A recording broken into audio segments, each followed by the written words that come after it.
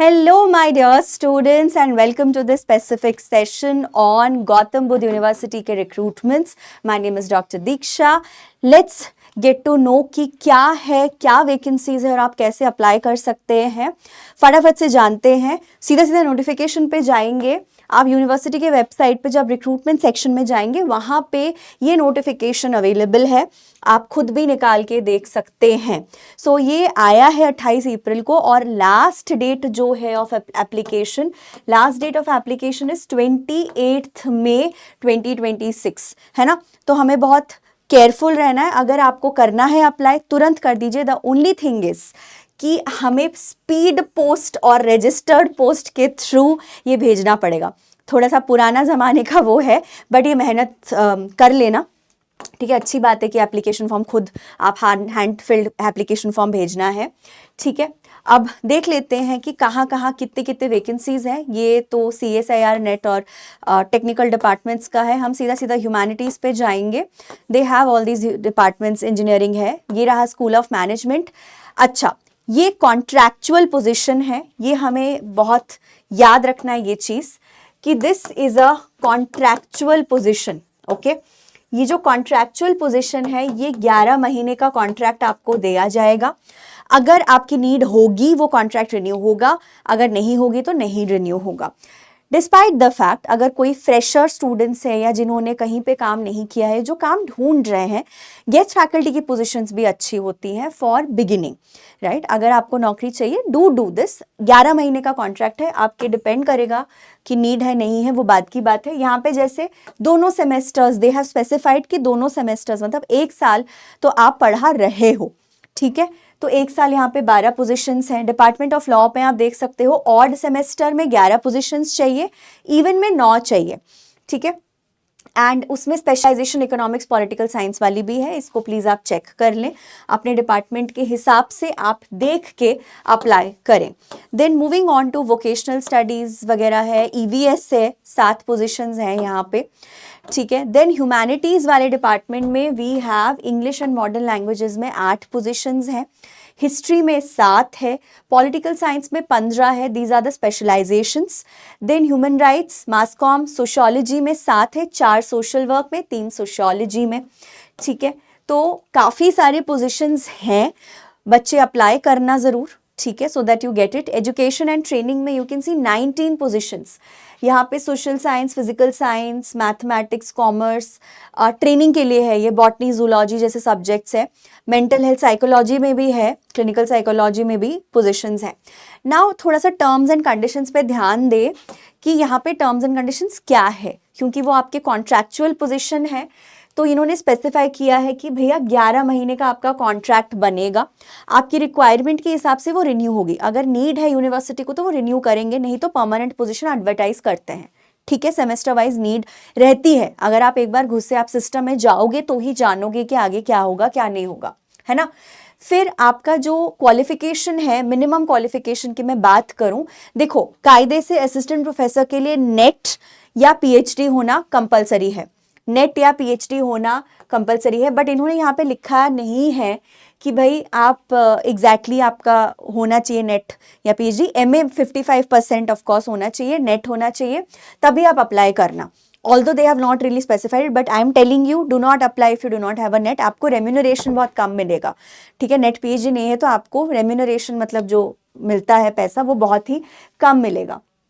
All right, then you have screening will be done, then shortlist आप होगे and you will be called for interview on that particular basis, right. आपका shortlisting होगा, फिर you will be called for the interview.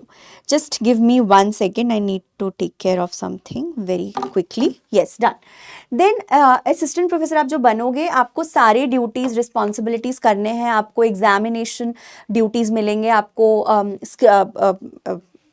Sorry वो होता है ना जहाँ पे आपको एग्जाम में invigilation duty, sorry invigilation word याद नहीं आ रहा था, very apologise for that. Invigilation duty वगैरह के लिए भी आपको करना पड़ेगा. सारा काम यूनिवर्सिटी का एडमिन काम भी बहुत होता है, करना पड़ता है, बट असिस्टेंट प्रोफेसर हो तो भाई करना पड़ेगा.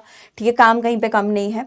And you can be provided accommodation, अगर अवेलेबल है तो आप अकोमोडेशन के लिए भी अप्लाई कर सकते हैं, क्योंकि गौतम बुद्ध नगर बेसिकली ग्रेटर नोएडा में है, थोड़ा दूर पड़ता है, नॉलेज पार्क में है। And you will get 5 casual leaves, ठीक है। आपको 5 लीव महीने के मिलेंगे। सैटरडे संडे यूजुअली ऑफ ही होता है काफ़ी सारी यूनिवर्सिटीज़ में। उसके अलावा आपको 5 लीव्स मिलेंगे पर मंथ। एंड कोई भी प्रोजेक्ट है, कुछ भी आप उसमें हो सकते हो, but you should not be working anywhere else. Obviously जब आप यहाँ पे करोगे काम, तो you will be working here, only working here, कहीं और अपॉइंटमेंट आपका नहीं होना चाहिए। अच्छा, आपका जो एप्लीकेशन फीस है वो आपको कहाँ जमा करना है और कैसे जमा करना है? So you have to fill 1000 rupees if आप जनरल कैटेगरी के हो, ठीक है। जनरल कैटेगरी के कैंडिडेट्स के लिए 1000 रुपीज़, दूसरे कैटेगरी के कैंडिडेट्स के लिए 500। आपके पास 2 ऑप्शन है। एक, आप डिमांड ड्राफ्ट बोलते हैं उसको, बैंक ड्राफ्ट होता है, पुराना तरीका है थोड़ा सा, वो यूज़ कर सकते हो। या आप ऑनलाइन पेमेंट का अगर आप डाल रहे हो, उसका एक काम करना, स्क्रीनशॉट लेके, सबसे बेस्ट तरीका ये होता है, स्क्रीनशॉट ले लिया, उसका प्रिंट आउट अटैच कर दो, या ट्रांजैक्शन नंबर भी अटैच कर सकते हो। एप्लीकेशन फॉर्म में दिया गया है आपको, वहां पे आपको फिल करना है, ठीक है। नंबर ऑफ वैकेंसीज वगैरह वो है, इंक्रीज होगा डिक्रीज होगा, ठीक है। एंड वही बात है कि आपका मिनिमम क्वालिफिकेशन है तो ही आप अप्लाई करना। एंड कहीं और आपको नहीं काम करना है, आपको यहीं पे आके यूनिवर्सिटी में ही ऑब्वियसली आपका वो देना पड़ेगा इंटरव्यू, ठीक है। एंड आपको सारे अपने डॉक्यूमेंट्स के साथ भेजना होता है। जो डॉक्यूमेंट्स होते हैं मैं आपको एक बार बता देती हूँ, ठीक है। And everything will be checked at the time of the interview. Call letter आपको जाएगी ईमेल के द्वारा, आपको बताया जाएगा आपके ईमेल के द्वारा कि आप शॉर्टलिस्ट हुए हैं कि नहीं हुए हैं, ठीक है। एंड आप कॉन्स्टेंटली वेबसाइट देख सकते हो, कोई TADA नहीं मिलेगा। And these are some other working hours वगैरह, वो है जितना रेगुलर एम्प्लॉयज़ को काम करना है उतना ही आपको काम करना पड़ेगा, ठीक है। तो वो थोड़ा आप देखिए, आप पार्ट टाइम कोई और नौकरी नहीं कर सकते हो once you are applying here. So आपका जो एप्लीकेशन फॉर्म है वो यहाँ पे इस तरीके से दिख रहा है। If you need any help with this, आप मुझसे पूछ सकते हो while filling it.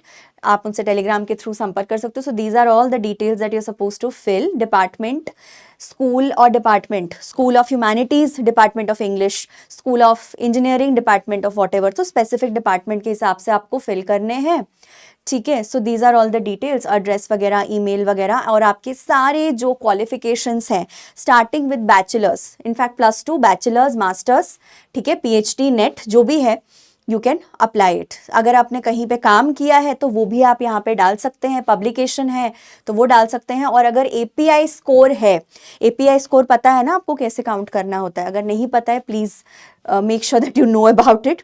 And all the other details you have to fill, ज़्यादा कुछ वो नहीं है, but you have to fill it. So what points do we have to keep in mind? यहाँ पे मैं बस एक बार समराइज कर देती हूँ।